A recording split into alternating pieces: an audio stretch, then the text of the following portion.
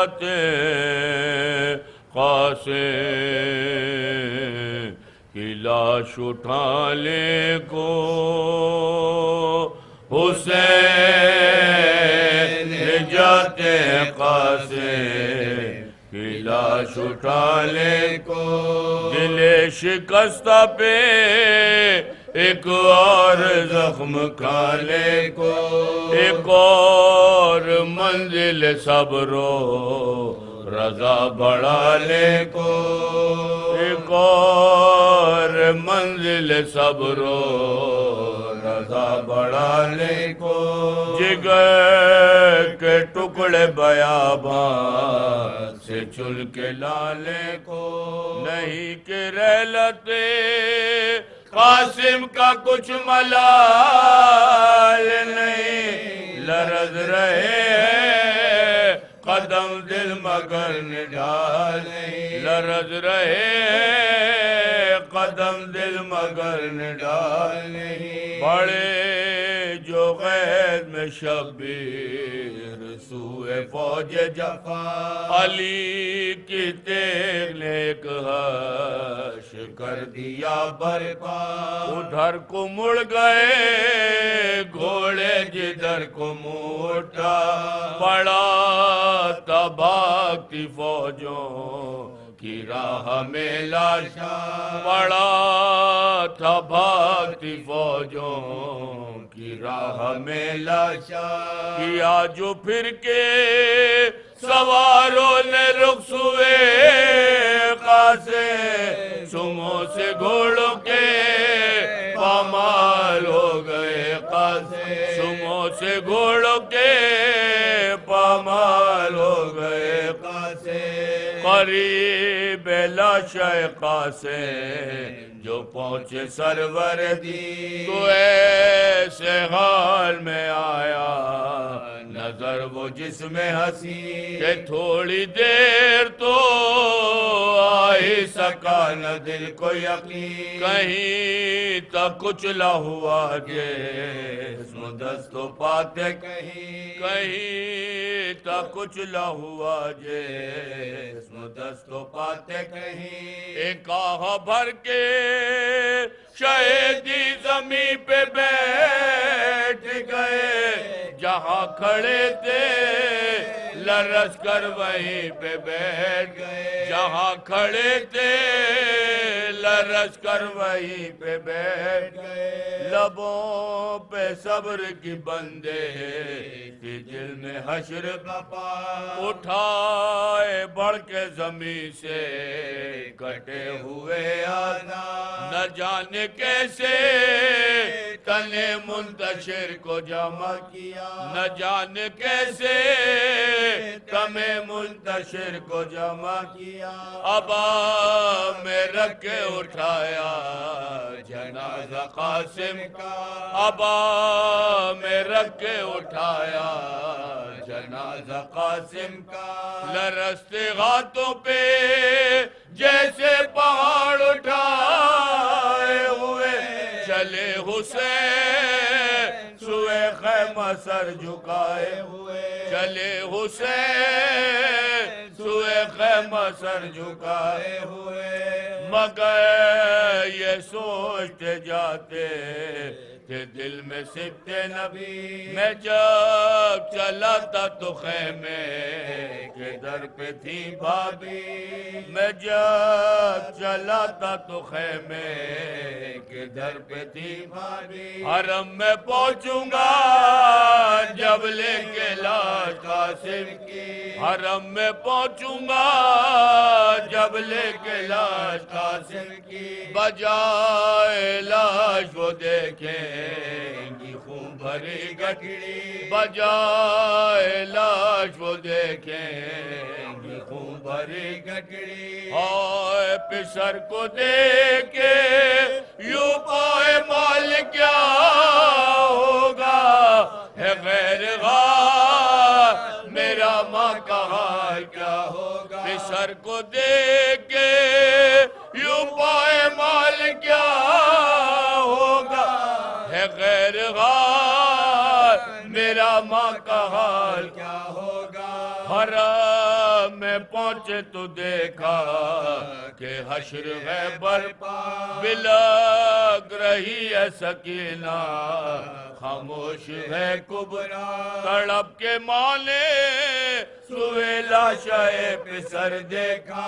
تڑپ کے مانے سوئے لاشائے پسر دیکھا، جگر کو تھام کے بولی یہ کیا ہوا بھیا، جگر کو تھام کے بولی یہ کیا ہوا بھیا، میں یہ تو جانتی تھی سر کٹائیں گے قاضی، یہ کیا خبر تھی کہ یوں پس کے آئیں گے قاضی، میں یہ تو جانتی تھی سر کٹائیں گے قاضی، یہ کیا خبر تھی کہ یوں پس کے آئیں گے قاضی، ابھی تو سینے میں پہلا ہی زخم تازہ تھا، حسن کی لاش پہ بیتی روایت ہے بھیا، ہے یوں تو پورا ہی کنبہ ندی کا سید جفا،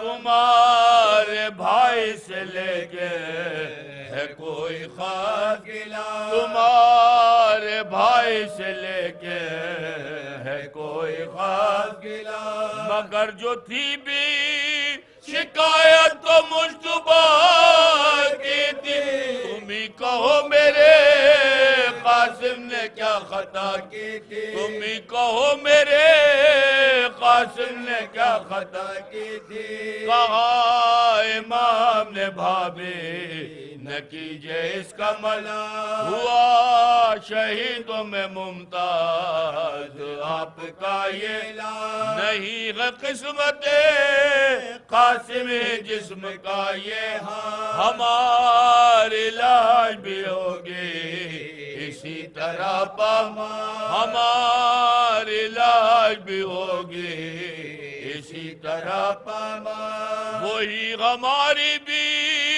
ہوگی جو ان کی حالت ہے، حسین ہو کے حسن سب کی ایک قسمت ہے، حسین ہو کے حسن سب کی ایک قسمت ہے، خدا کا شکر کرو لاش قاسم آ تو گئی، ہماری لاش تو لائے کبھی نہ رن سے کوئی، پھر اس پہ ہوگا یہ طرفہ ستم بھی ہے بھابی، کہ نوچ لے گی لباس بدل بھی فوج شقی، کہ نوچ لے گی لباس بدل بھی فوج شقی، جلستی ہوگی ہوا دھوپ بھی کڑی ہوگی، ہماری لاش یوں ہی دشت میں پڑی ہوگی، جھلستی ہوگی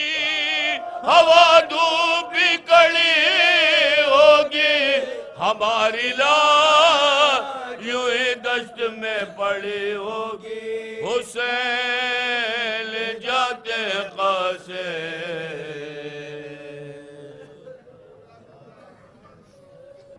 برائے خوشنود یہ چار معصومین علیہ السلام بآواز بلند نعرہ صلوات۔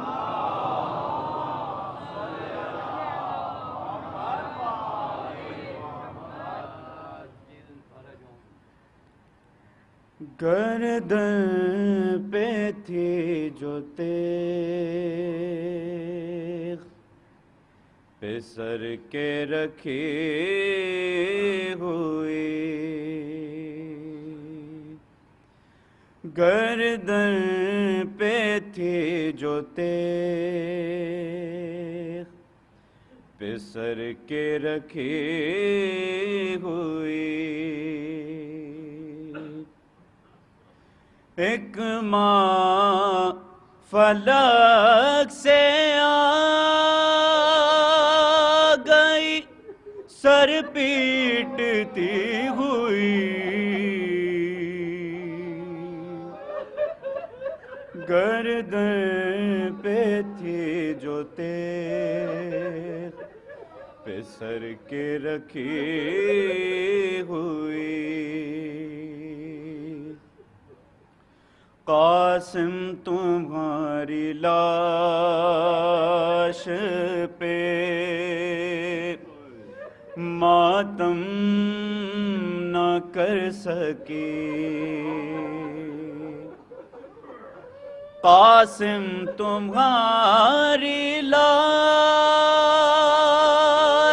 پہ ماتم نہ کر سکی،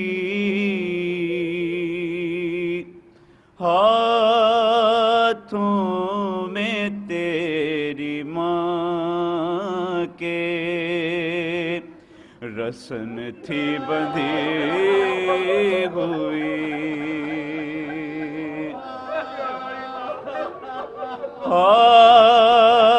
ہاتھوں میں تیری ماں کے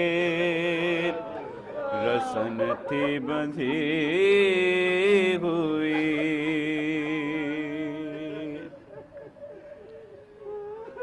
سن کر اذان صبح ہو یہ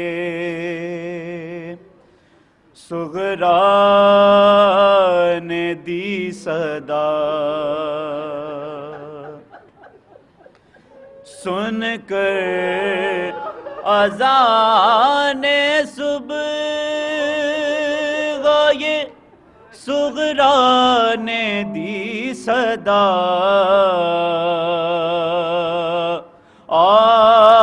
آواز لگ رہی ہے یہ پہلے سنی ہوئی، آواز دو یتیم کو بابا ہو تم کہاں،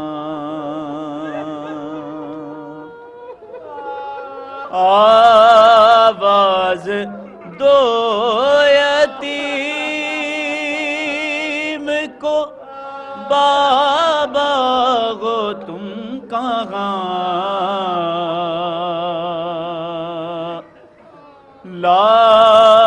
لاشوں کے درمیان ہے سکینہ کھڑی ہوئی،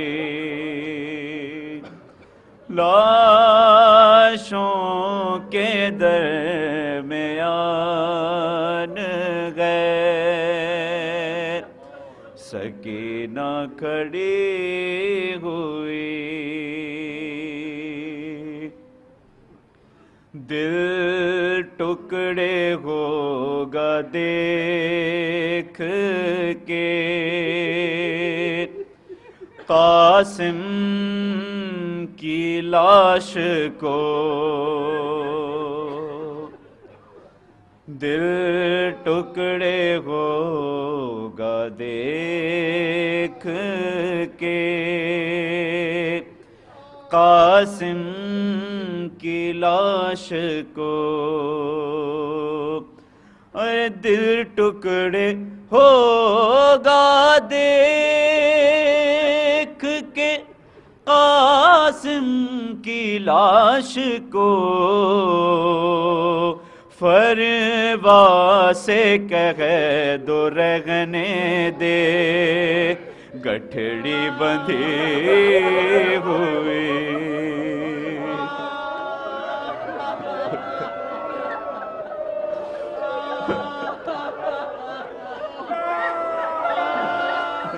بے پردہ بنت زغرا ہے بازار شام میں،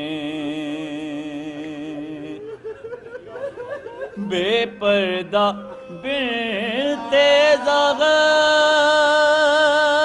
ہے بازار شام میں،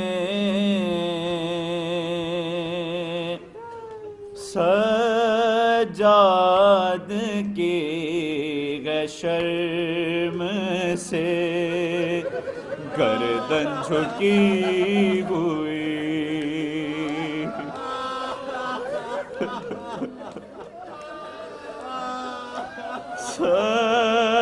سجاد کی ہے شرم سے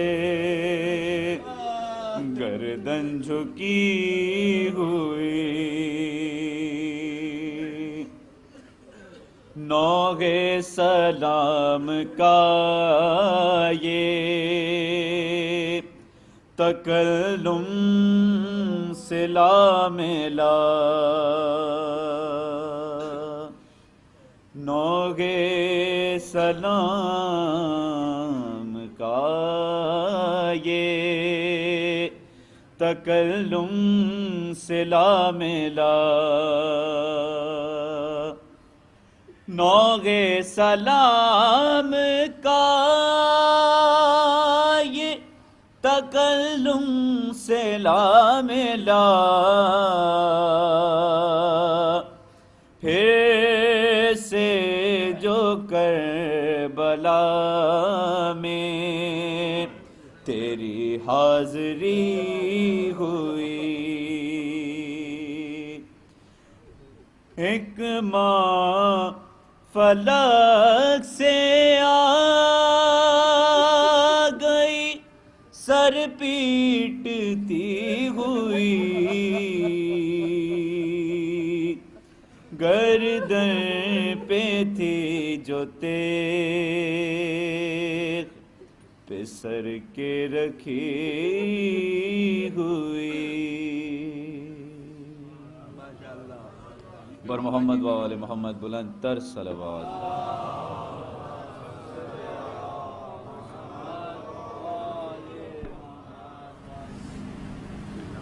أعوذ بالله من الشيطان الرجيم بسم الله الرحمن الرحيم الحمد لله رب العالمين والصلاة والسلام على أشرف الخلائق أجمعين سيدنا وسيد الأولين والآخرين حبيبنا وحبيب إله العالمين إمام المرسلين وخاتم النبيين أبي القاسم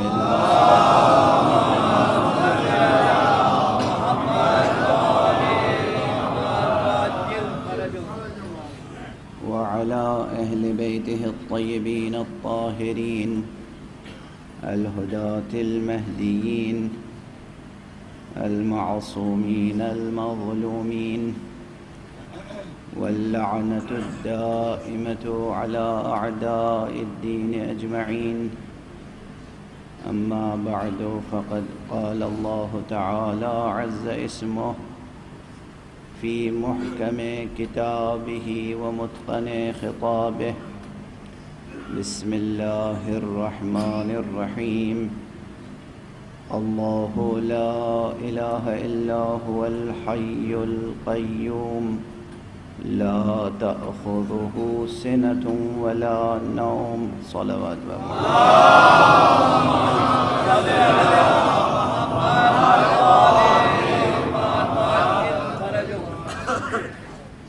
ایک اور بلند تر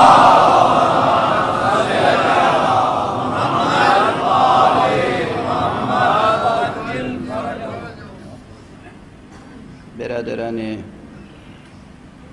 انسانی عزیزان ایمانی اور مسلمانان حسینی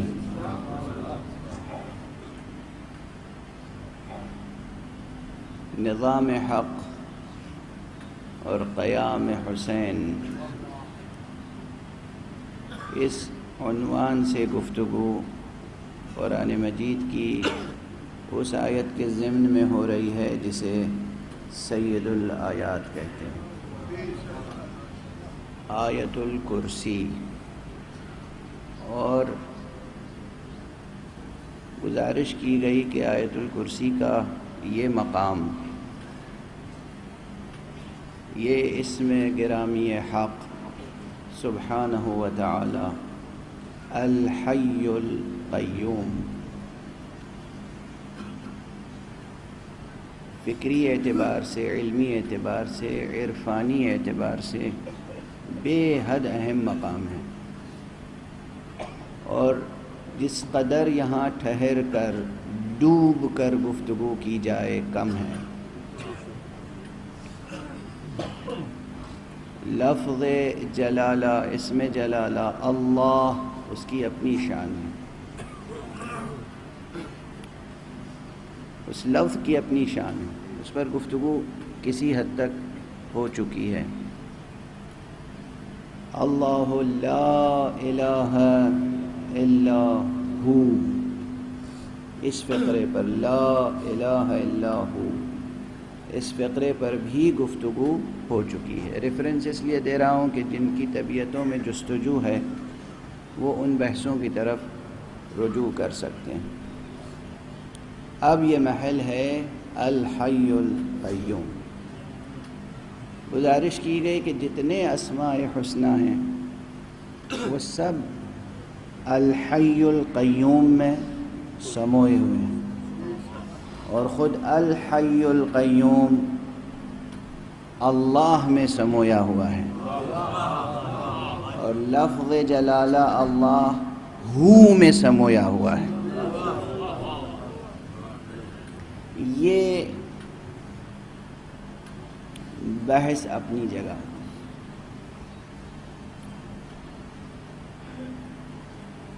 کبھی کبھی اگر حضور ذہنی ہو، ذہن حاضر ہو، تو ایک اشارہ آخر تک کے مطالب سمجھنے کے لیے کافی ہوتا ہے، اور اگر حضور ذہنی نہ ہو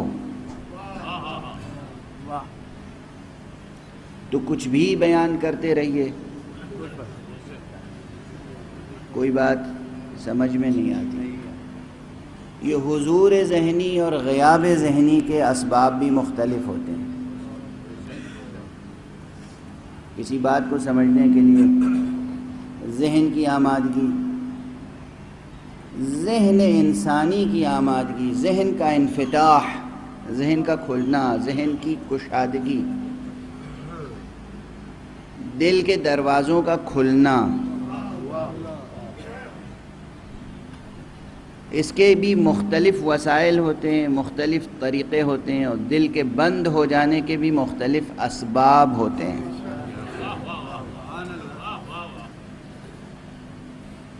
کبھی کبھی آنکھیں کھلی ہوتی ہیں مگر کچھ نظر نہیں آتا،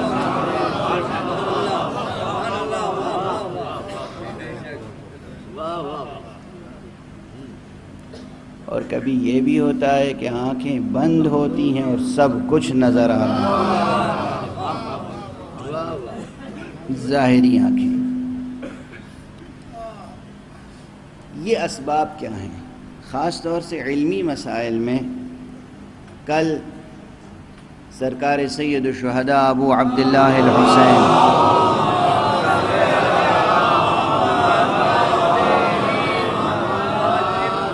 علیہ الصلاۃ والسلام کا ایک فقرہ میں نے آپ کے سامنے عرض کیا تھا کہ جو براہ راست نظریہ مناہج سے متعلق ہے، یعنی میتھڈولوجیز سے متعلق ہے، کہ عالم کی پہچان یہ ہے کہ اس کے پاس فنون بحث و تحقیق و نظر کے حقائق کا علم ہو، علم ہو بحقائق فنون النظر۔ آج ایک اور فقرہ عرض کر رہا ہوں حضرت کا، اور یہ فقرہ بہت مشہور ہے، اور خدا کی قسم سونے کے حرفوں سے لکھے جانے کے لائق ہے۔ انسانوں کی کیفیت بیان کی ہے حضرت نے، فرماتے ہیں الناس عبید الدنیا۔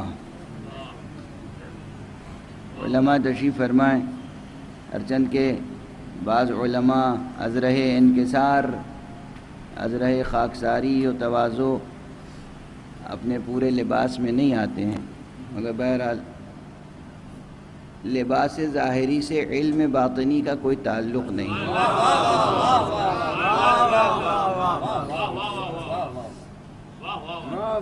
یہ تو کچھ وزاداریاں ہیں ظاہری جنہیں نبھایا جاتا ہے، اس کے بھی کچھ اسباب ہیں، ورنہ جوہر علم تو اور جوہر تقویٰ تو نفس میں پایا جاتا ہے۔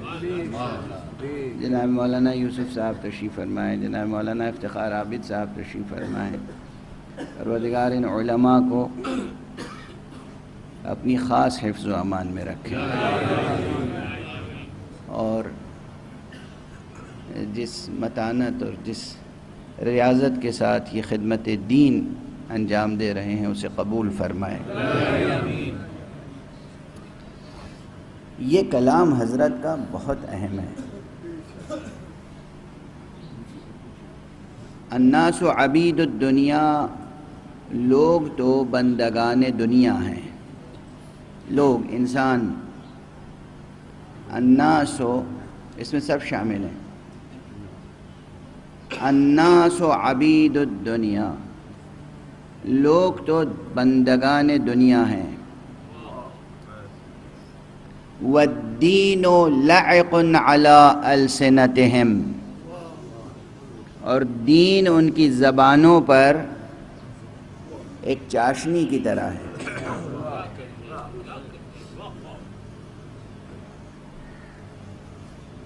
یحوطونہ حیثما درت معایشہم وَإِذَا مُحِّصُوا بِالْبَلَاءِ قَلَّ الدَّيَّانُونَ، لوگ بندگان دنیا ہیں،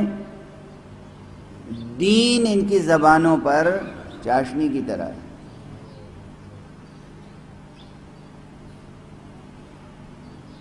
اور یہ اسے چبھلاتے رہتے ہیں،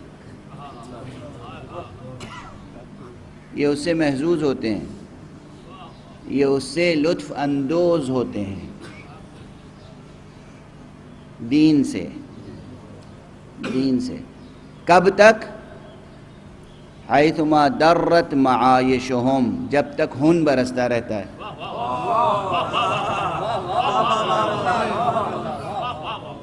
جب تک دنیا ان کے اختیار میں رہتی ہے، جب تک ذریعہ معاش چلتا رہتا ہے، جب تک دھن دولت میسر رہتی ہے،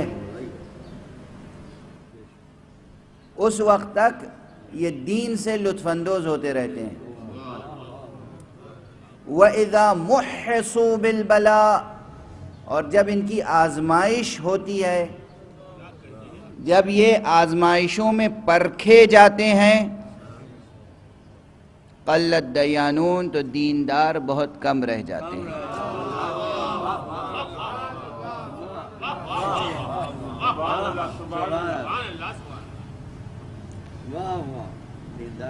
یہ جملہ سرکار سید الشہداء ابو عبداللہ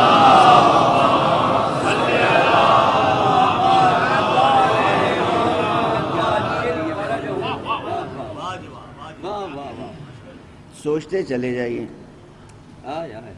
اور انسانی افراد اور انسانی گروہوں کو اس میزان حسینی میں تولتے چلے جائیے۔ ارشاد معصوم کے آئینے میں لوگوں کے عکس دیکھتے چلے جائیے، دیکھیے کہ لوگوں کی دنیا طلبی کی کیفیت کیا ہے، دیکھیے کہ دین سے محظوظ ہونے کی کیفیت کیا ہے۔ اب کسی گروہ، کسی جماعت، کسی صنف، کسی نوع کی تخصیص نہیں ہے، سب۔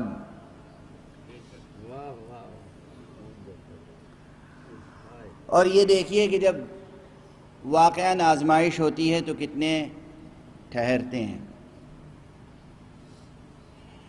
یہ کلام فکری اور عملی دونوں جہت سے غور طلب ہے، اور تطبیق طلب ہے، یعنی سن کے اٹھ جانا کافی نہیں ہے، اسے منطبق کیجئے، حقائق پر، واقعات پر منطبق کیجئے۔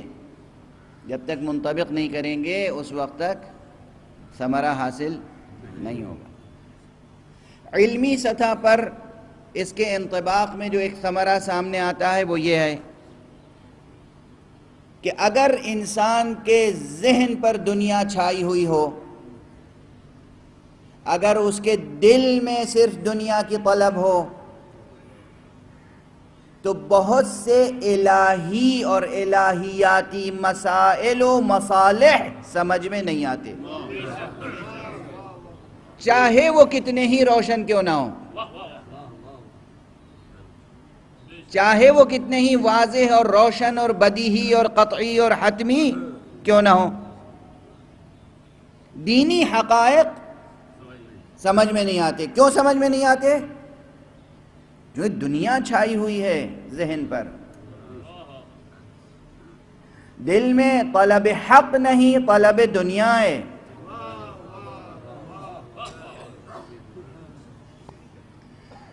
میں ایک جملہ عرض کروں، دور تک یہ جملہ سنا جائے گا اور دیر تک یاد رکھا جائے گا اور خوب بحث ہوگی۔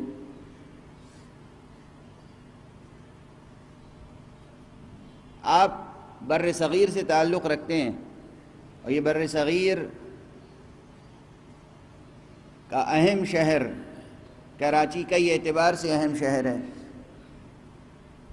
اس کا ایک کنارہ سمندر سے ملتا ہے، بہت اہم شہر ہے، بحر و بر کا اتصال ہو رہا ہے، بہت اہم شہر ہے۔ تکوینی حقائق بہت سے مجرد حقائق کا استعارہ ہوتے ہیں۔ یہ شہر تہذیبی اور ثقافتی اعتبار سے بہت اہم شہر ہے۔ اس شہر کی حفاظت کیجئے، اس شہر کی قدردانی کیجئے۔ اس شہر میں گفتگو کرتے ہوئے یہ بات عرض کر رہا ہوں کہ بر صغیر میں بت پرست، مشرک، کافر، ہندو حضرات بہت تھے اور آج بھی ہیں۔ اس بر صغیر کے ہندوؤں میں بہت سے ایسے شعراء ہوئے جنہوں نے پیغمبر کی نعتیں لکھی ہیں۔ رسول اللہ صلی اللہ علیہ وآلہ وسلم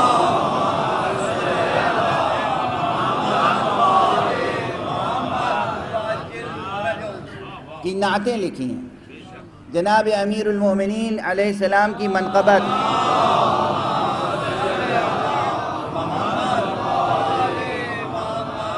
حضرت سید الشہداء امام حسین علیہ السلام کے مرثیے اور سلام،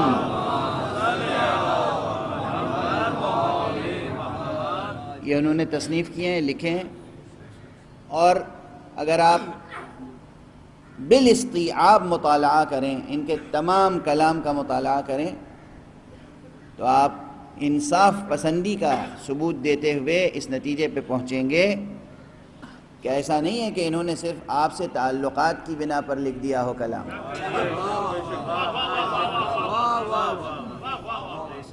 یہ نہیں ہے کہ بھئی مسلمانوں سے تعلقات نبھانے ہیں تو چلو ان کے پیغمبر کی تعریف کر دیتے ہیں، نہیں، ایسا نہیں ہے۔ ان کے کلام سے، اس مضمون سے اندازہ ہوتا ہے کہ انہوں نے دل سے تعریف کی ہے، نعت لکھی ہے، ڈوب کے نعتیں لکھی ہیں۔ اس فقیر نے ایک صاحب کو، جن کا نام ممبر پہ لیا جا سکتا ہے اور لیا جانا چاہیے، ایک شاعر ہوتے تھے جناب گوپی ناتھ امن۔ گوپی ناتھ امن نے جتنی بھی شاعری کی ہے اس میں زیادہ تر حصہ مدح اہل بیت کا ہے۔ غزلیں بھی لکھی ہیں، کچھ نظمیں بھی لکھی ہیں، سیاسی نظمیں بھی ہیں، ادبی نظمیں بھی ہیں، مناظر فطرت پر بھی ہے، سب تمام اصناف ہیں ان کے کلام میں، مگر زیادہ حصہ نعت و مدح و رسائے محمد و آل محمد میں ہے۔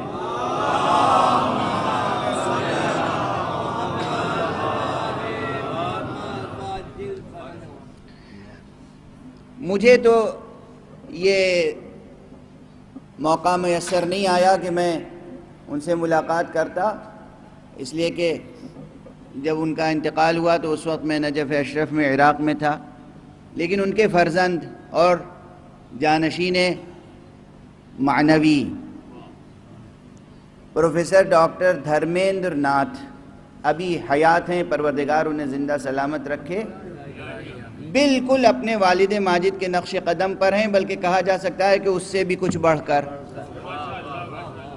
قصیدے وہ کہہ رہے ہیں، سلام وہ کہہ رہے ہیں، مرثیے وہ کہہ رہے ہیں، اور میری گزارش پر انہوں نے ایک ضخیم تحقیقی منصوبہ بنایا کہ ہندو شعراء نے جو نعتیں کہیں ہیں اس کا مجموعہ مرتب کیا اور ہندو نعت گو شعراء کا تذکرہ مرتب کیا۔ وہ بڑی ضخیم کتاب ہے، شائع ہو چکی ہے۔ اس کے بعد میری دوسری گزارش پر انہوں نے کام شروع کیا۔ پہلے انہوں نے ہمارے رسول کے عنوان سے، ہمارے رسول، مسلمانوں کے رسول نہیں،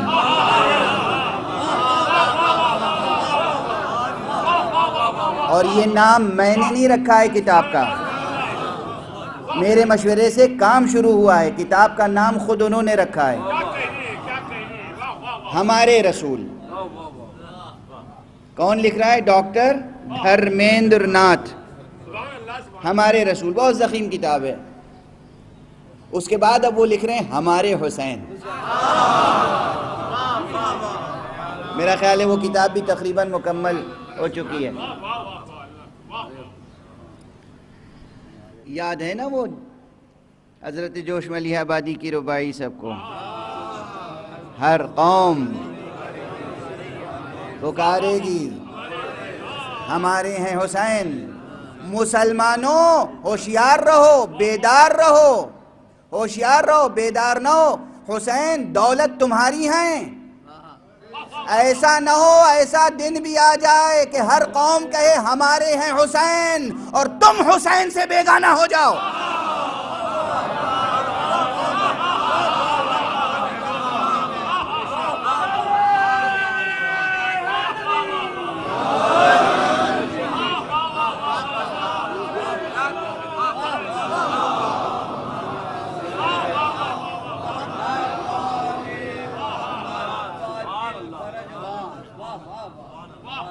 حسین کو پہچانو۔ بہرحال یہ جب انہوں نے کام شروع کیا تو ایک ادبی تقریب، ایک سیمینار ہوا، اس میں نے جو گزارش کی تھی وہ جملہ عرض کر رہا ہوں کہ آپ بھلا بتائیے، ہندوستان کے اس طویل و عریض بر صغیر کے ہندوؤں نے نہ رسول اللہ صلی اللہ علیہ وسلم کی زیارت کی، اپنی آنکھوں سے نہیں دیکھا انہیں۔ رسول کا زمانہ کب تھا؟ اب کیا زمانہ ہے؟ اور ارے ایک میں نے گوپی چند نارنگ کا، ایک گوپی ناتھ امن کا نام لیا، اور یہیں منشی تلوک چند محروم اور ان کے بیٹے پروفیسر جگن ناتھ آزاد، اور نہ جانے کتنے نام لیے جا سکتے ہیں۔ میں نے کہا اس دور میں بر صغیر کے ہندو شعراء رسول اللہ کی نعت کہہ رہے ہیں، تعریف کر رہے ہیں، اور انہیں اپنا رسول کہہ رہے ہیں، ہمارے رسول، ہمارے حسین۔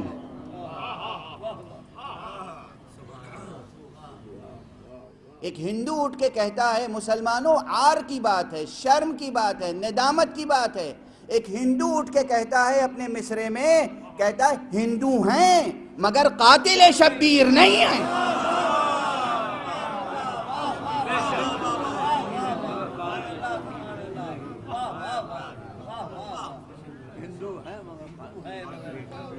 جب تم اس دنیا میں ہندو کا جواب نہیں دے سکتے تو خدا کے سامنے کیا جواب ہے؟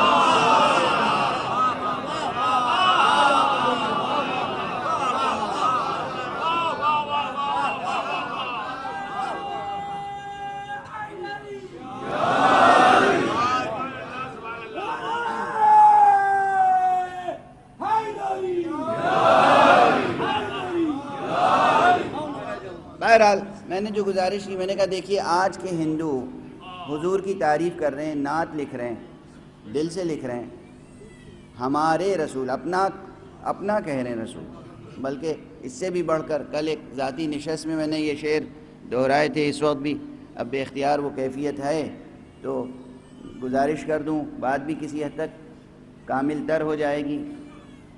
ایک سکھ شاعر تھے کنور مہندر سنگھ بیدی صاحب، ان کی 2 بیتیں مجھے یاد ہیں۔ حضور کی شان میں وہ فرماتے ہیں کہ عشق ہو جائے کسی سے کوئی چارہ تو نہیں، صرف مسلم کا محمد پہ اجارہ تو نہیں۔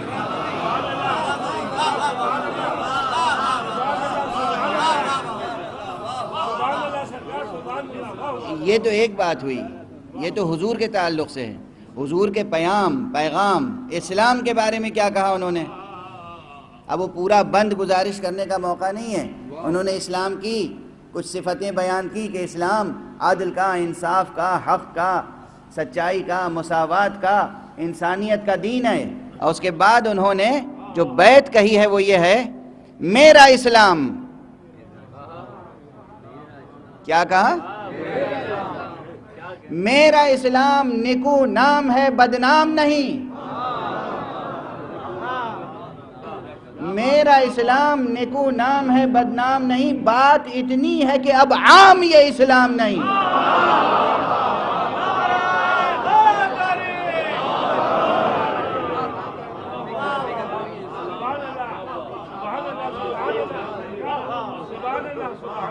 کون کہہ رہا ہے میرا اسلام؟ آخر اسلام دین فطرت ہے۔ اگر فطری زبان میں اسلام کو پیش کیا جائے تو روئے زمین پر کوئی فرد بشر ایسا نہیں ہوگا کہ جو کلمہ حق پڑھ نہ لے۔ میرا اسلام نیکو نام ہے بدنام نہیں، بات اتنی ہے کہ اب اللہ اکبر یہی ڈوب مرنے کی جگہ ہے۔ بات اتنی ہے کہ اب عام یہ اسلام نہیں، اب جو اسلام عام کیا جا رہا ہے وہ تو دہشت گردی والا اسلام ہے، دہشت پسندی والا اسلام ہے۔ بہرحال تو اس سرمایہ پر گفتگو کرتے ہوئے جو میں نے گزارش کی تھی، جملہ جس کے لیے میں عرض کر رہا ہوں کہ دیر تک اور دور تک بات سوچی اور سمجھی جائے گی، وہ یہ کہ آخر بر صغیر کے ہندوؤں نے حضور صلی اللہ علیہ وسلم کی قصیدہ خوانی کی، نعت گوئی کی، ثنا خوانی کی، مداحی کی، اور کر رہے ہیں۔ ابھی یہ سلسلہ جاری ہے، جبکہ انہوں نے حضور کو دیکھا نہیں، اور مشرکین و کفار مکہ، بت پرستان مکہ حضور کو دیکھ رہے تھے، حضور کے معجزے دیکھ رہے تھے، حضور کا کردار دیکھ رہے تھے، حضور کی باتیں سن رہے تھے، اور حضور پہ پتھر برسا رہے تھے۔ تو آخر ان کافروں میں اور ان کافروں میں فرق کیا ہے؟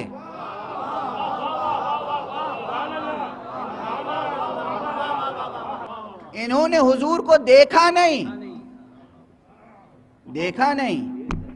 ان کی باتیں براہ راست سنی نہیں، ان کے معجزے نہیں دیکھے، اس کے باوجود ثنا خوانی کا سلسلہ جاری ہے۔ انہوں نے سراپائے پیغمبر کو دیکھا، انہوں نے دیکھا کہ پیغمبر چل رہے ہیں مگر زمین پہ سایہ نظر نہیں آتا، پیغمبر کی نورانیت کا مشاہدہ کیا، معجزے دیکھے، کلام سنا، دعوت کھائی۔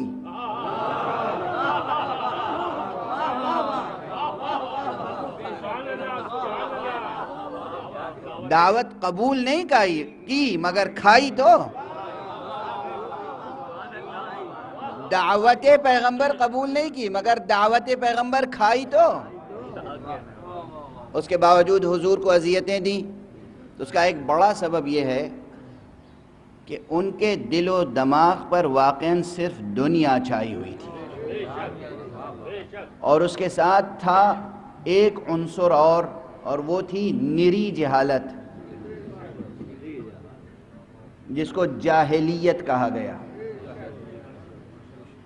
بر صغیر کے ہندوؤں کے پاس ویدوں، اپنشدوں، پرانوں، اسمرتیوں کی 1000 سال پرانی فکر و دانش کی میراث تھی. ایک فکری سرمایہ تھا، اور یہ سرمایہ اس لیے میں ذکر کر رہا ہوں تاکہ تقریب مذاہب و ادیان کے موضوع پر غور کرنے والے اور کوشش کرنے والے یہ سمجھیں کہ سارے کے سارے انبیاء صرف عربستان میں تھوڑی آئے. دنیا کے ہر خطے میں، ہر علاقے میں، ہر قوم میں اللہ سبحانہ و تعالیٰ نے اپنی طرف سے حجتیں قائم کی اور رہبر و رہنما بھیجے. تو اس علاقے میں بھی آئے تو ہوں گے. ہم بالتعیین انہیں نہیں جانتے، مگر اسی سرمایے میں، یہ ویدوں اور پرانوں میں ان کے صحیفے ہیں، مکمل نہ صحیح کچھ تو ہیں. تو نتیجہ یہ ہے کہ علم و دانش کی ایک ایسی روشن روایت ہے یہاں جس کی بنا پر کم سے کم مصطفیٰ صلی اللہ علیہ وآلہ وسلم سے یہ انس پیدا ہو گیا کہ ان کی مداحی ہو رہی ہے. یعنی ایک نتیجہ یہ نکلا کہ محمد اور آل محمد کی محبت جہل کے ساتھ نہیں ہو سکتی، صرف علم و دانش کے ساتھ ہو سکتی.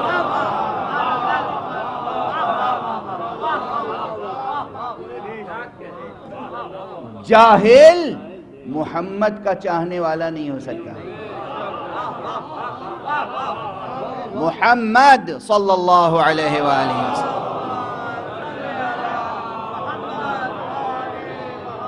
شہر علم ہے، حضور شہر علم ہے، علی باب شہر علم ہے.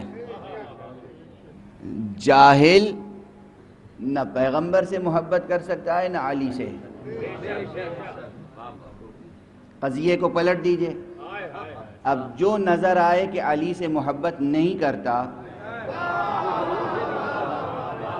وہ کیا ہوگا؟ جاہل. ظاہری اعتبار سے اس کے نام کے ساتھ جتنے القاب آداب جڑے ہوئے ہوں، کوئی عالم ہو، علامہ ہو، ڈاکٹر ہو، پروفیسر ہو، دانشور ہو، دانشمند ہو، انٹلیکچول ہو، جو بھی کہلاتا ہو دنیاوی اعتبار سے، اگر وہ محبت علی سے نہیں کرتا تو جاہل ہے.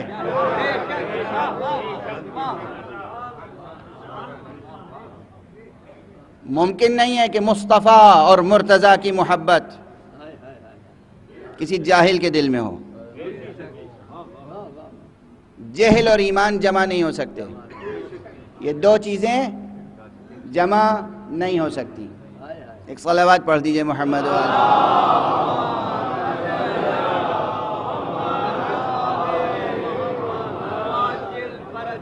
تو ایک عنصر ہے جہل، اور دوسرا عنصر کیا ہے؟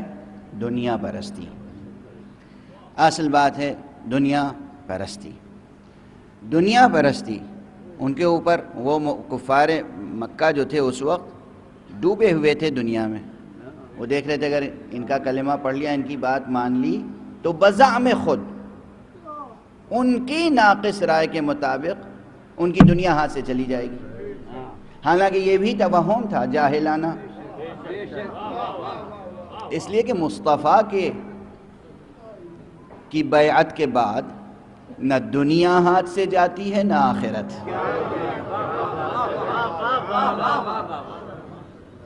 یہ نہیں ہے کہ دنیا ہاتھ سے چلی جائے گی، یہ ان کا توہم تھا جاہلانہ. چونکہ دنیا طلبی تھی اس لیے وہ حقائق سمجھ میں نہیں آ رہے تھے جو پیغمبر پیش کر رہے تھے. ٹھیک ہے. اب جب تک بات دوسروں کے تعلق سے ہوتی ہے اس وقت تک انسان خوش ہوتا ہے، واہ واہ کرتا ہے، داد دیتا ہے،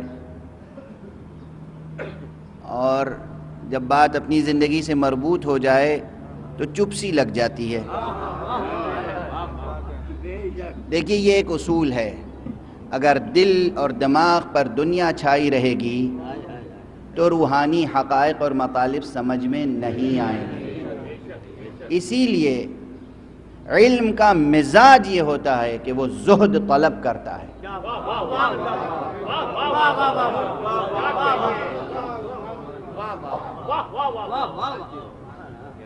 یہ میں صرف مذہبی نقطہ نظر سے نہیں کہہ رہا ہوں، علم کا مزاج یہ ہے، علم مجرد علم کا مزاج یہ ہے کہ وہ زہد طلب کرتا ہے. علم کا مزاج یہ ہے کہ وہ دنیا سے دور بھاگتا ہے. اور مذہب اسی لیے، چونکہ علم کا مزاج یہ ہے، اس لیے مذہب بھی دین بھی زور دیتا ہے کہ دیکھو تم علم حاصل کر رہے ہو تو بات تقویٰ بھی رہو. تقویٰ اختیار نہیں کرو گے تو یہ علم تمہارے کام، محنت بیکار چلی جائے گی، ریاضت ضائع ہو جائے گی. علم تبھی سود مند ہوگا جب اس کے ساتھ تقویٰ ہو. اگر تقویٰ ہوگا، اگر خوف خدا ہوگا، اگر للہیت ہوگی، اگر انسان بندہ دنیا نہیں ہوگا،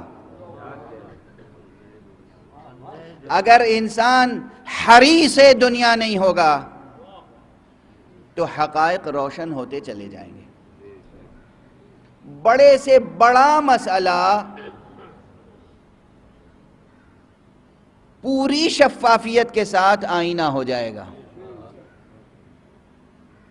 کل جو گفتگو میں نے کی تھی، بہت سے حضرات نے میرے ہی جملوں کو لکھ کر دوبارہ بھیج دیا سوال کے انداز میں.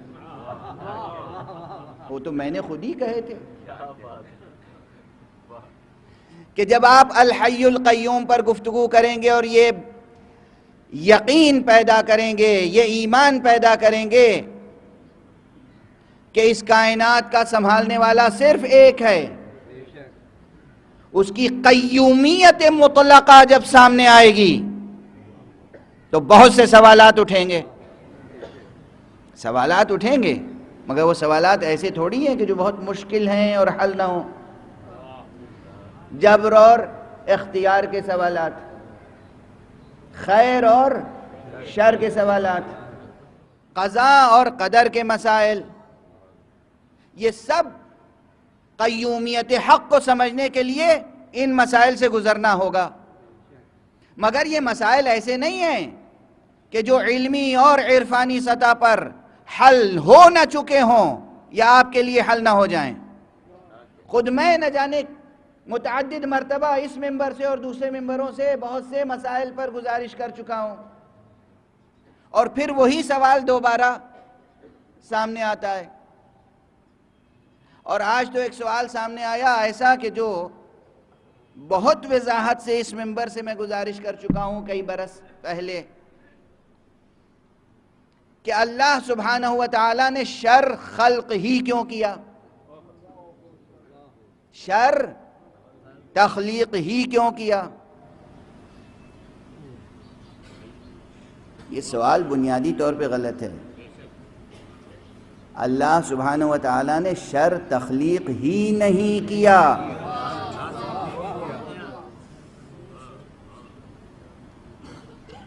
کون سا شر ہے دنیا میں جو اللہ کا تخلیق کیا ہوا ہو؟ کون سا شر ہے جو اللہ نے، نعوذ باللہ، اللہ نے شر تخلیق کیا ہو؟ وجود حضرت حق، وہ حق ہے، حق سے باطل وجود میں آ ہی نہیں سکتا. وہ خیر محض ہے، خیر محض سے شر وجود میں آ ہی نہیں سکتا. یہ مثال میں بچوں کو سمجھانے کے لیے پہلے بھی دے چکا ہوں کہ صاحب میں اس وقت کراچی میں لندن سے آیا ہوں. پہلے ہندوستان کی مثال دی تھی چونکہ ہندوستان سے آیا تھا، اب لندن سے آیا ہوں تو لندن کی مثال دے رہا ہوں. پہلے روپے کا ذکر کیا تھا، اب پاؤنڈ کا تذکرہ کر رہا ہوں. میں لندن سے آیا ہوں، میرے جیب میں پاؤنڈ بھرے ہوئے ہیں، مثال دے رہا ہوں، سنجیدہ نہ ہو جائیے گا. فقیروں کے کیسے میں سکے نہیں ہوتے.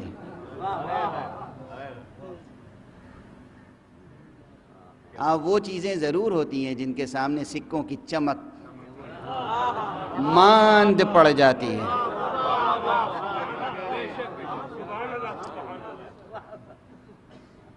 تو اب اگر مجھ سے کوئی سائل آئے، راستے میں گزر رہا ہوں، ایئرپورٹ سے نکلا، وہیں ایک سائل مل گیا اور ہاتھ پھیلا دیا اس نے، میں کیا دوں گا اسے؟ پاکستانی روپے؟ میرے پاس ہے ہی نہیں تو دوں گا کیسے؟ جو ہے وہی دوں گا. پاؤنڈ ہے تو پاؤنڈ دوں گا، ٹھیک ہے نا؟ یہ جو مثال ہے یہ ہمیشہ ہر ایک کو یاد رہے گی، بچے بوڑھے سب کو یاد رہے گی. فلسفی ہونے کی ضرورت نہیں ہے، فلسفی کی کلاس جوائن کرنے کی ضرورت نہیں ہے. جس کے پاس جو ہوگا وہی دے گا. اسی کو فلسفے میں کہتے ہیں کہ جو علت ہوتی ہے اس سے وہی معلول وجود میں آتا ہے کہ جس کی علت سے سنخیت ہو. حق سبحانہ و تعالی حق ہے، حق ہے، حق ہے، وہ حق ہے تو اسے باطل وجود میں کیسے آئے گا؟ وہ خود خیر ہے، خیر محض ہے تو اس سے شر وجود میں کیسے آئے گا؟ ممکن نہیں ہے، ممکن نہیں ہے کہ خدا سے کوئی باطل منسوب ہو سکے یا خدا شر تخلیق کرے. یہ ذہن سے نکال دیجیے. اب یہ بات سمجھ میں نہیں آتی، کیوں؟ اس لیے کہ دنیا چھائی ہوئی ہے، ذہن پر دنیا چھائی ہوئی ہے، دل میں دنیا طلبی ہے، انانیت ہے، نفسانیت ہے، جہالت ہے، غفلت ہے. اس لیے شر بناتے خلق ہم کرتے ہیں، منسوب خدا کی طرف کرتے ہیں. اور اس سلسلے میں اگر آپ برداشت کر لیے، کہتے ہیں کہ ایسے اچھی تقریر تو مجھے کرنی آتی نہیں، مگر سنا ہے کہ اچھی تقریر میں مزاح کا پہلو بھی ہونا چاہیے. تو میں ایک جملہ عرض کر رہا ہوں کہ اس معاملے میں بہت مظلوم ہیں، ایک خدا اور دوسرے شیطان. شر آپ کرتے ہیں اور شیطان کی طرف منسوب کر دیتے ہیں، یا پھر شر آپ کرتے ہیں اور خدا کی طرف منسوب کر دیتے ہیں. نعوذ باللہ، نعوذ باللہ. کار بد خود کرتے ہیں، بدنام شیطان کو کرتے ہیں. شیطان بدنام ہے اور بجا بدنام ہے. اور بدنام کیوں ہے معلوم ہے؟ شیطان بدنام کیوں ہے؟ آپ کو صرف بہکاتا پھرتا تو بدنام نہ ہوتا، حق کو سجدہ نہیں کیا اس لیے بدنام ہے.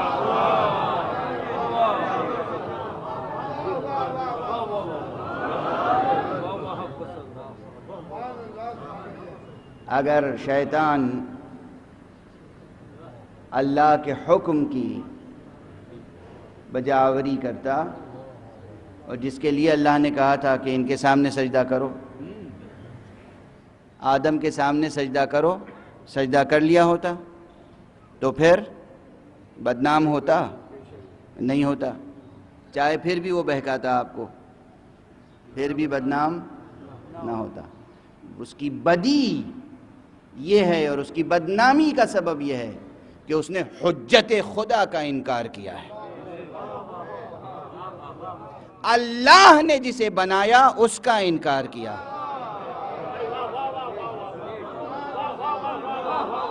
دنیا میں اور بھی کچھ لوگ بدنام ہیں صرف اس لیے کہ حجت خدا کا انکار کیا.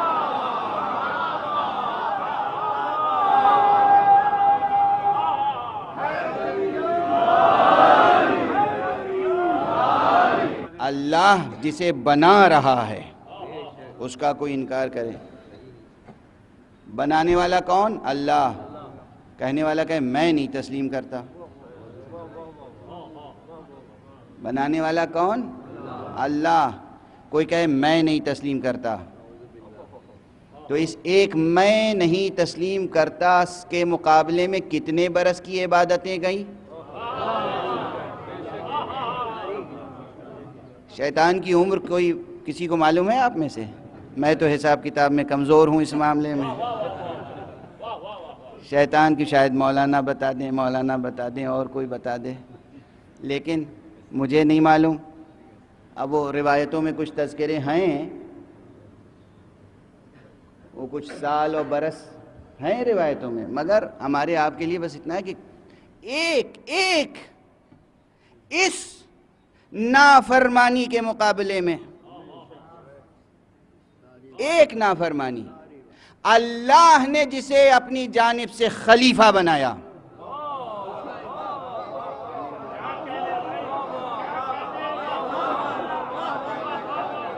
لفظ خلیفہ قرآنی لفظ ہے بھائی، میں ہسٹری نہیں پڑھ رہا ہوں، قرآن کا لفظ پڑھ رہا ہوں.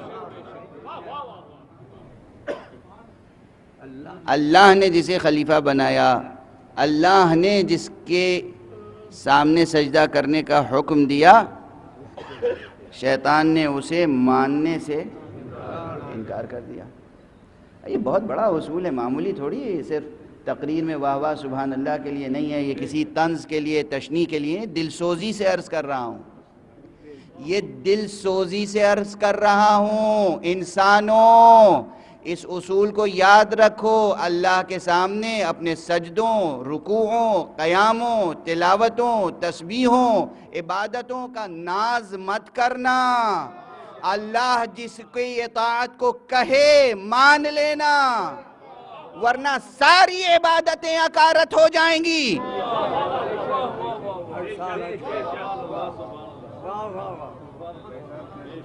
تمام انسانوں کے لیے یہ اصول ہے، تمام انسانوں کے لیے اصول ہے. اس لیے جب ہم کہتے ہیں روایت پیغمبر کی، تو یہ روایت کوئی مبالغہ نہیں ہے، یہ کوئی جعلی روایت نہیں ہے، موضوعہ روایت نہیں ہے، وضعی نہیں ہے کہ پیغمبر نے فرمایا اگر انسان تمام زندگی نمازیں پڑھے، شب بھر جاگ کر قیام لیل کرے، شب بیداریاں کرے، تمام زندگی روزے رکھے، قائم اللیل صائم الدہر، تمام واجبات بجا لائے، زکوٰۃ دے، خمس دے، حج کرے، جہاد کرے، ہر سال حج کرے، ہمیشہ عمرہ کرے، طواف کی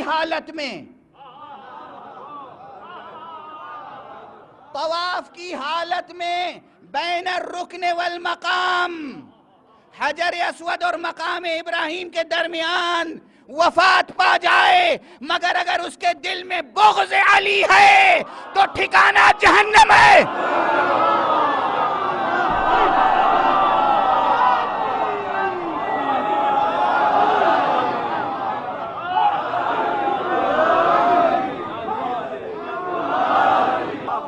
بغض علی ہے تو ٹھکانہ جہنم ہے. ارشاد پیغمبر ہے. آپ کا اصول یہی ہے نا صاحب؟ آپ کیسی باتیں کر رہے ہیں؟ 70 برس کی ایک شخص کی عمر ہو، 80 برس کی عمر ہو، 100 برس کی عمر ہو، ہر سال اس نے حج کیا ہو، تمام عمر اس نے روزے رکھے ہوں، تمام راتیں اس نے جاگ کر ذکر خدا میں بسر کی ہوں، اور اس کے بعد ایک اس بنا پر کہ علی کو نہیں مانا تو جہنم میں چلا جائے گا. میں کہتا ہوں یہ 100 برس ہی کی عمر کی دہائی دے رہے ہیں آپ.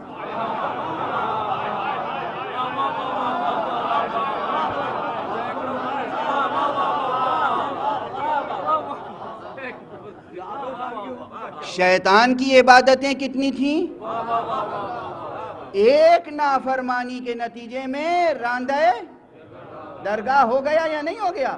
اگر قرآن میں یہ موجود ہے تو روایت کے صحت و خطا کا، روایت کے صحت و بطلان کا، روایت کے سچے اور جھوٹے ہونے کا سب سے بڑا معیار راوی نہیں قرآن ہے.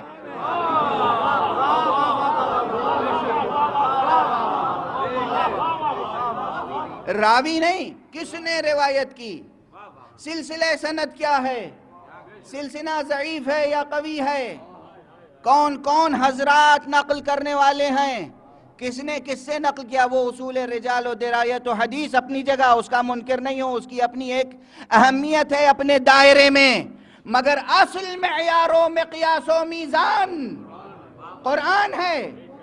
قرآن سے مطابق کیجئے، یہ حدیث لائیے قرآن کے مقابلے میں، اگر قرآن سے ٹکرا جائے انکار کر دیجئے، اگر قرآن تائید کرے قبول کر لیجئے. 100 برس کی عمر کی دہائی نہ دیجئے، طاعت و عبادت کی دہائی نہ دیجئے. ساری عبادتیں ایک طرف شیطان کی، ایک نافرمانی کس کی؟ اللہ جسے کہہ رہا ہے انہیں مانو، وہ کہہ رہا ہے میں نہیں مانوں گا.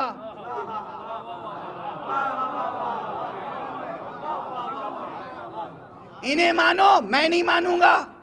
ٹھیک ہے، انہیں مانو، نہیں مانوں گا. کیوں؟ کوئی نہ کوئی اس کے پاس منطق تھی. مجھے آگ سے پیدا کیا، انہیں خاک سے پیدا کیا، میں ان سے افضل ہوں.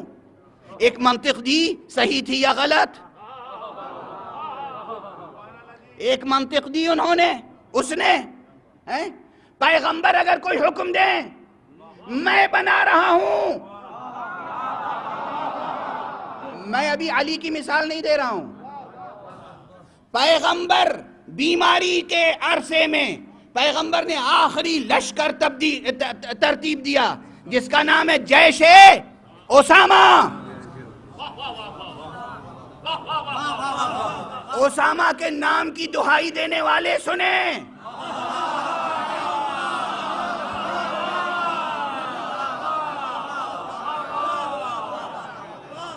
جیش اسامہ سب سے پہلے کس نے بنایا تھا؟ پیغمبر نے. تاریخ ہے ثابت. پیغمبر نے اسامہ بن زید کو لشکر کا امیر اور رئیس بنا دیا. بہت سے حضرات شریک نہیں ہوئے.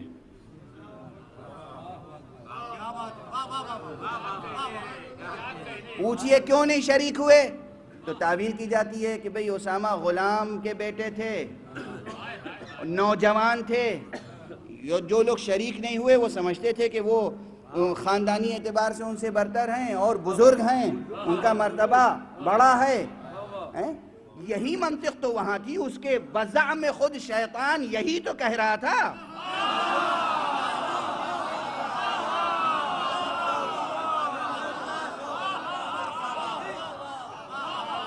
خدا کہہ رہا تھا میں بنا رہا ہوں یہ خاک کا پتلا، اس میں میں اپنی روح ڈال دوں تو پھر سجدہ کرنا، اسے میرا خلیفہ ماننا. شیطان نے سب کچھ کیا. اس ایک خطا کے علاوہ کوئی دوسری خطا بتا دیجئے مجھے شیطان کی. وہ سب بات کی بات ہے کہ بہکاتا پھرتا ہے، وہ بات کی بات ہے. اس ایک خطا کے علاوہ کوئی گناہ بتائیے ہمیں. ایک طرف ایک خطا، ایک دوسری طرف تمام عبادت ہی عبادت. اگر تمام عبادتیں وہاں اطاعت ہو جاتی ہیں تو یہ حدیث اپنی جگہ درست ہے. 60 سال، 70 سال، 80 سال، 100 سال، 200 سال، 1000 سال، 2000 سال، جتنی بھی عمر ہو، عمر نوح نہیں، عمر شیطان ہو.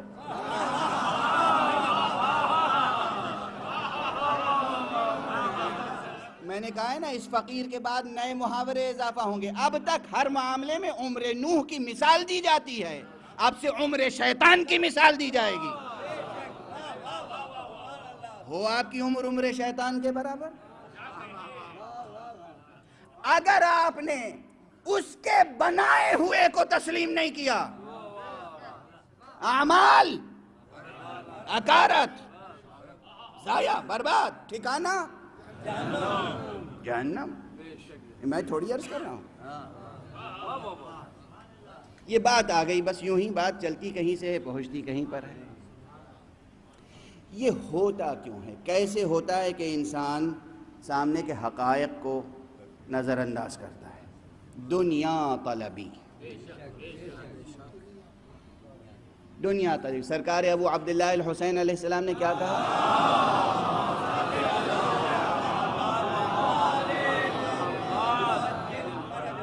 آقا نے کیا فرمایا؟ الناس عبید الدنیا، لوگ دنیا کے بندے ہیں، بندگان دنیا ہیں، دنیا کے پجاری ہیں۔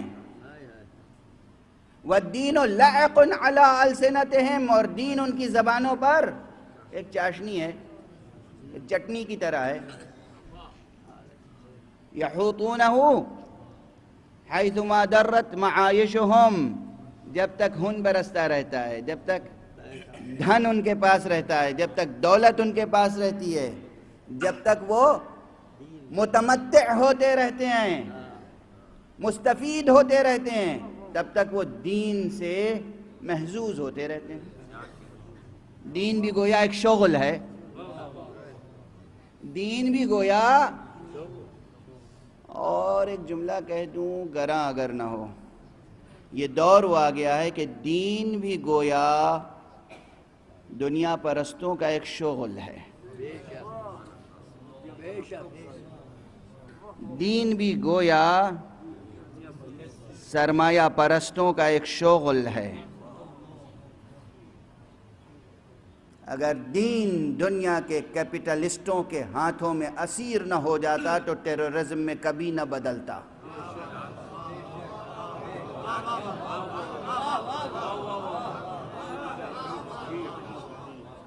جوانوں، میڈیا کے پروپیگنڈے سے گمراہ نہ ہو جانا۔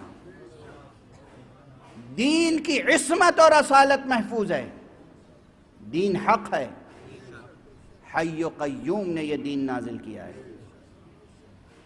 اس کا نظام تکوینی ہو یا نظام تشریعی معصوم ہے۔ عجیب جملہ عرض کر رہا ہوں، اس کا نظام تکوینی معصوم ہے، اس کا نظام تشریعی معصوم ہے، وہ معصوم ہے، اس کا کلام معصوم ہے، وہ جسے بناتا ہے معصوم بناتا ہے۔ خطا ہم کرتے ہیں، شر ہم سے وجود میں آتا ہے، اللہ شر تخلیق نہیں کرتا، وہ خیر محض ہے، اللہ سبحانہ وتعالی شر تخلیق نہیں کرتا۔ اب وقت تو تمام ہو گیا، اب بحث تمام نہیں ہوئی، تو چند جملے اور عرض کر لینے دیجئے۔ ایک صلوات پڑھیے محمد۔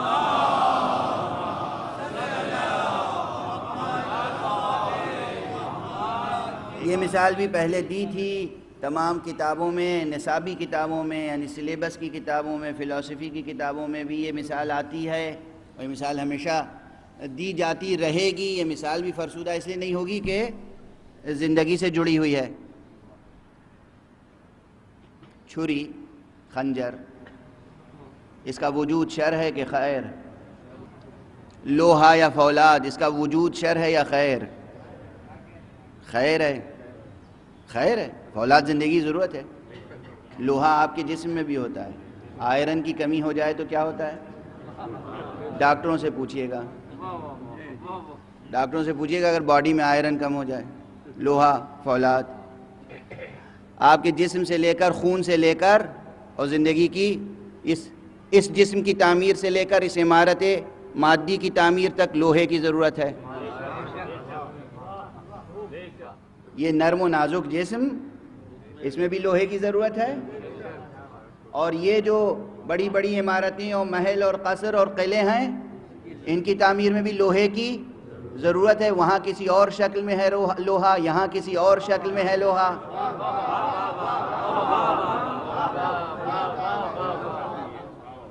کیا نظام قیومیت ہے!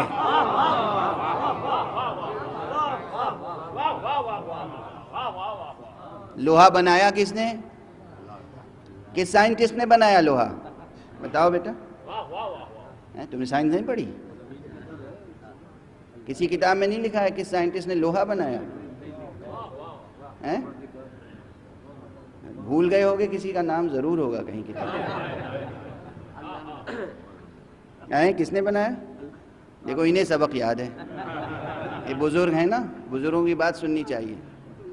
لوہا کسی سائنٹسٹ نے نہیں بنایا، اللہ نے بنایا ہے۔ لوہے سے بہت سی چیزیں سائنٹسٹوں نے بنائی ہیں، لوہا اللہ نے بنایا ہے۔ اور لوہے سے چیزیں بنانے کی صلاحیت بھی انسان کو اللہ نے دی ہے۔ یہ سب باتیں نظام قیومیت میں شامل ہیں۔ مٹی کا بنانا نظام قیومیت میں ہے، لوہا نظام قیومیت ہے، جو کچھ بنا، پانی، ہوا، سب نظام قیومیت ہے، تمام اجرام سماویہ، سیارے، ستارے، یہ سب نظام قیومیت کے نتیجے میں بنے ہیں۔ انسان کی زندگی صرف پانی سے تھوڑی چلتی ہے۔ لوگ مریخ پہ جا کے پانی ڈھونڈ رہے ہیں۔ اگر پانی ہو اور سورج کی روشنی نہ ہو پھر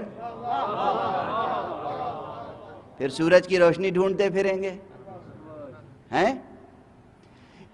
ہر شے جو اس کائنات میں ہے وہ حیات کے لیے ضرورت رکھتی ہے، ضروری ہے، اور وہ نظام قیومیت حق کے نتیجے میں خلق ہوئی ہے۔ توجہ ہے؟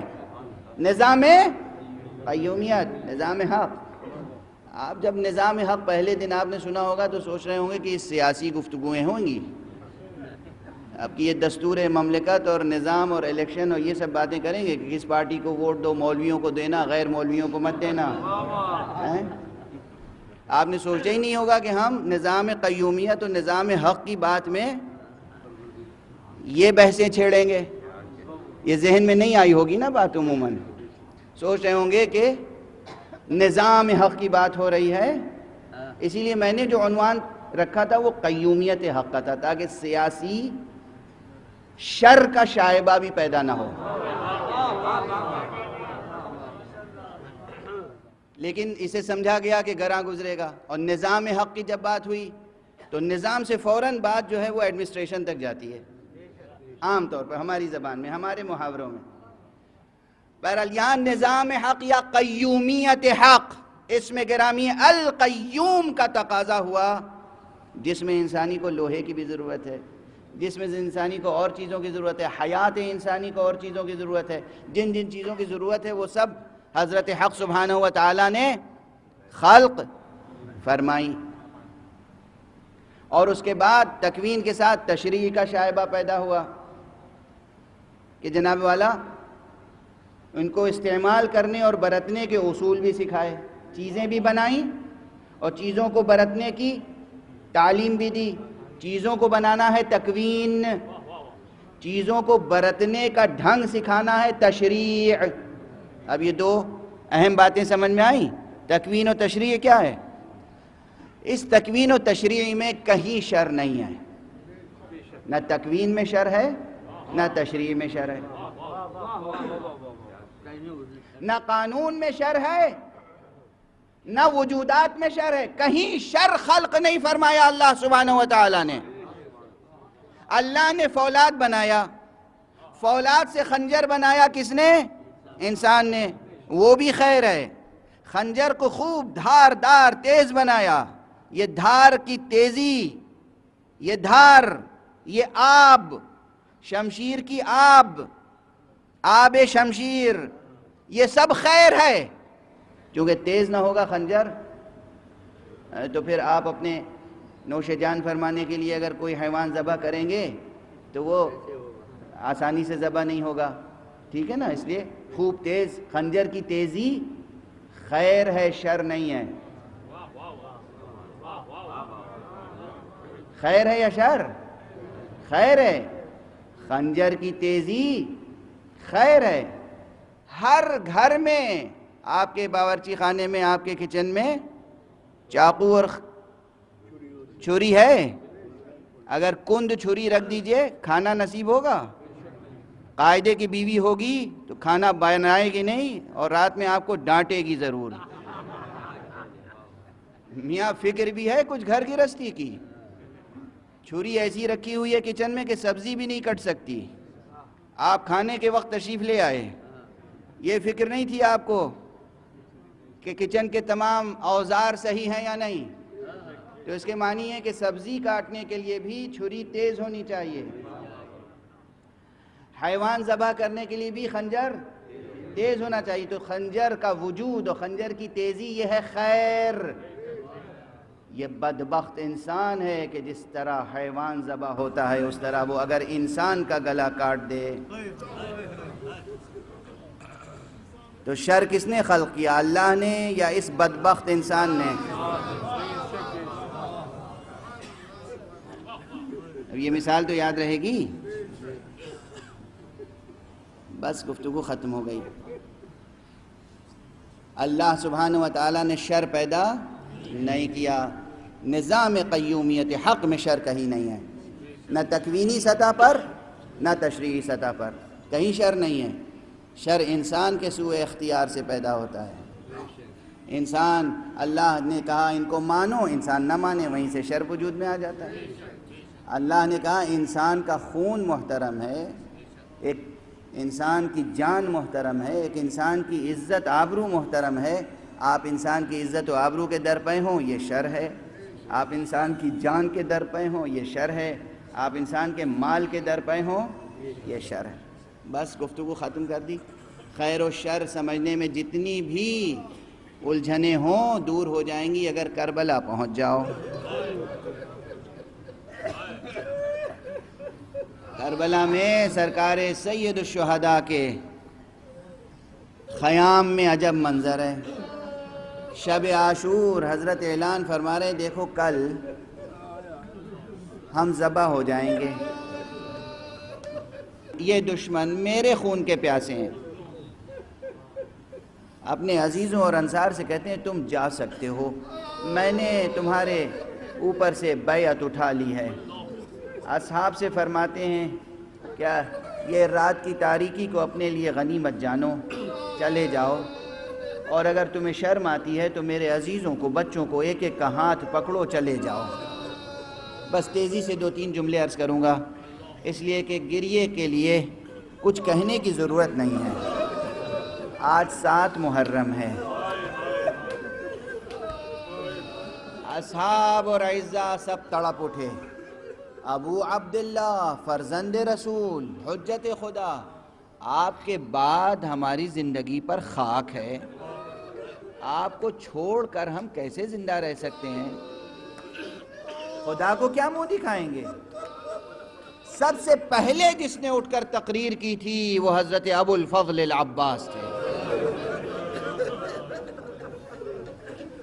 اس کے بعد اصحاب نے تقریر کی, حبیب ابن مظاہر نے تقریر کی, مسلم ابن اوسجہ نے کچھ ارشاد فرمائے کلمات, بریر نے کچھ کلمات کہے, زہیر نے کچھ کلمات کہے. یہ شب عاشور. اس کے بعد امام نے جب سب کے جذبے قربانی کے دیکھے تو اطمینان دلایا, کہا خدا تم کو جزائے خیر دے, تم سب کے نام محضر شہادت میں ہیں. ایک نوجوان جسے عرفاً بچہ ہی کہا جا سکتا ہے, جس کے لیے دشمن کی گواہی یہ ہے تاریخ میں کہ وہ چاند کے ٹکڑے کی طرح لگتا تھا.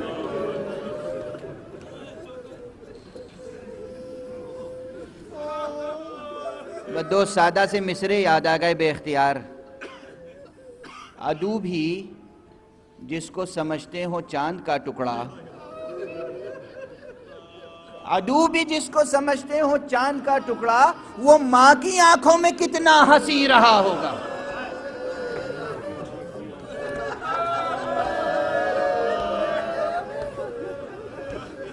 عدو بھی جس کو سمجھتے ہو چاند کا ٹکڑا, وہ ماں کی آنکھوں میں کتنا ہنسی رہا ہوگا.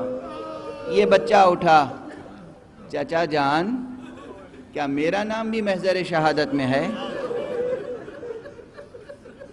اس موقع پر امام نے کیا پوچھا؟ کہا بیٹا یہ بتاؤ موت تمہیں کیسی لگتی ہے؟ کہا چچا جان حق کی راہ میں موت شہد سے زیادہ شیریں ہے، احلا من العسل، شہد سے زیادہ شیریں ہے۔ آپ سمجھ گئے، اب کچھ کہنے کی ضرورت نہیں ہے۔ یہ کون بچہ ہے؟ یہ ماہ 2 ہفتہ کون ہے؟ یہ جناب امام حسن کی یادگار قاسم ابن حسن۔ امام نے فرمایا بیٹا تمہارا نام بھی محضر شہادت میں ہے اور تمہارے ننھے بھیا علی اصغر کا بھی۔ اپنی شہادت کا تذکرہ سن کے قاسم خوش ہوئے اور فوراً دوسرا جملہ جو سنا تو تڑپ گئے، امو جان کیا دشمن خیموں میں آ جائیں گے؟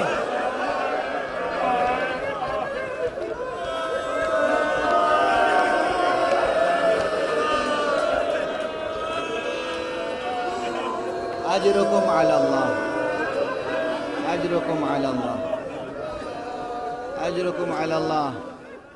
بس اب طاقت نہیں ہے اور وقت بھی نہیں ہے۔ شب عاشور گزری، صبح عاشور نمودار ہوئی، ایک کے بعد ایک قربانیوں کا سلسلہ شروع ہوا، یہاں تک کہ اکبر شہید ہو چکے۔ جناب اکبر کی شہادت کے بعد جناب قاسم ابن حسن، جن کا نام بعض تاریخوں میں عبداللہ ابن حسن بھی لکھا گیا ہے، آئے، امو جان اب مجھے اجازت دیجئے۔ تاریخ کا فقرہ ہے کہ امام نے بھتیجے کو کلیجے سے لگایا اور اتنا گریہ کیا کہ دونوں پر غشی کی کیفیت طاری ہو۔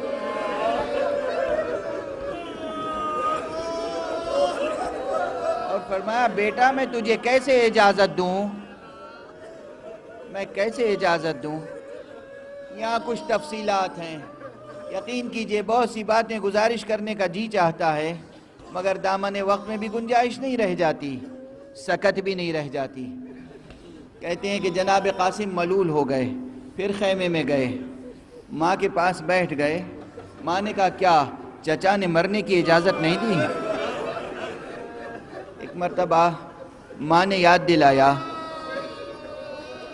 یا خود بچے کو یاد آیا،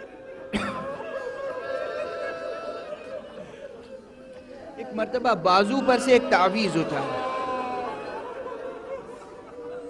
کھول کے پڑھا، اس لیے کہ بابا نے، اللہ اکبر، باب مصائب ہے مگر ایک جملہ سن لیجئے۔ جب امام حسن کی شہادت ہوئی ہے تو قاسم کا سن بہت کم تھا، اس بچے کو وصیت کربلا کی کیسے کرتے؟ اس لیے حکمت یہ اختیار کی کہ تعویذ لکھ کر بازو پہ باندھ دیا اور کہا کہ جب کوئی سخت وقت آئے تو اسے کھول کے دیکھ لینا۔ اب بچے نے تعویذ کھولا، اس میں لکھا تھا عاشور کے دن کربلا میں جب میرے بھائی حسین پر وقت آئے تو نصرت میں دریغ نہ کرنا۔ خوشی خوشی آئے، امو جان ذرا یہ تحریر تو دیکھیے۔ حسین نے بھائی کی تحریر دیکھی، آنکھوں سے لگائی، پھر گریہ کیا، قاسم کو رن میں جانے کی اجازت دی۔ قاسم گئے، بے پناہ جنگ کی۔ اجرکم علی اللہ، اجرکم علی اللہ۔ کہتے ہیں کہ قاسم نے 35 بہادروں کو قتل کیا۔ قاسم کا سن کم ہے، 13 برس کا سن ہے، قد ایسا ہے کہ گھوڑے کے رکاب تک نہیں پہنچتا پاؤں، لباس میں زرہ نہیں ہے، سر پہ خود نہیں ہے، ہلکا سا کرتا۔ دشمن مورخ نے لکھا ہے، دشمن مورخ نے کہتا ہے میں وہ منظر بھول نہیں سکتا جب قاسم نکلے تھے تو ان کے پاؤں میں جو نعلین تھی ایک کا بند ٹوٹا ہوا تھا، اور میں بھول نہیں سکتا کہ وہ بائیں پاؤں کی کفش تھی جس کا بند ٹوٹا ہوا تھا۔ اس قدر دشمن نے غور سے دیکھا ہے سراپائے قاسم، سر سے پیر تک قاسم کی تجلی، کہ پاؤں میں نالین کیسی ہے، بند ٹوٹا ہوا ہے، کرتا ہلکا سا ہے، زرہ نہیں ہے، اس کے باوجود جناب قاسم نے 35 بہادروں کو قتل کیا، اور اس کے بعد جب گھوڑے پہ ڈگمگانے لگے، زمین پر آنے لگے، تو ایک مرتبہ آواز دی، چچا جان مدد کے لیے آئیے۔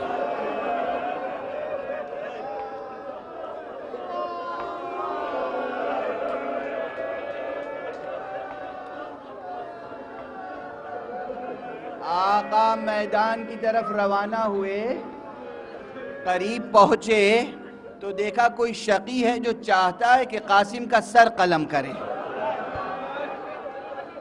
حسین کی آنکھوں کے سامنے کوئی کسی کا سر قلم کر لے، امام نے شمشیر کھینچ کر اس پر وار کیا، اس کا شانہ قلم ہو گیا، اور اس نے فرار اختیار کرنا چاہا، فوجیں ٹوٹ پڑی، اور ادھر کی فوجیں ادھر، ادھر کی فوجیں ادھر۔ اب بعض روایتوں میں یہ ہے کہ جناب قاسم زندہ پامال ہو گئے۔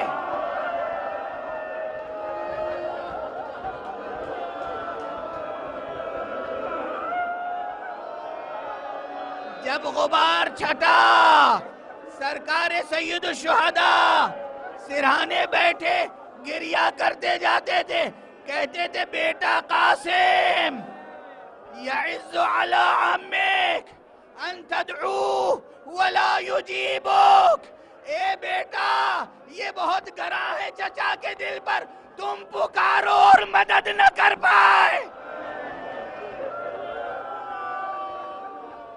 او یجیبک ولا یعینک، اور اگر مدد کے لیے آئے تو مدد کر نہ پائے، مدد کرے تو تیرے کام نہ پائے۔ حسین گریہ کرتے رہے، نوحہ کرتے رہے، اور اب بعض روایتوں میں یہ ہے کہ جب غبار چھٹا، گریہ فرما چکے، ضبط کیا، اور ایک مرتبہ اپنی ردا اتاری، قاسم کے لاشوں کے ٹکڑے، لاشیں قاسم کے ٹکڑے جمع کیے، اور ایک گٹھری سی بنائی، اور خیمگاہ کی طرف لے کے چلے، واہ قاسمہ، واہ حسنہ، واہ محمد۔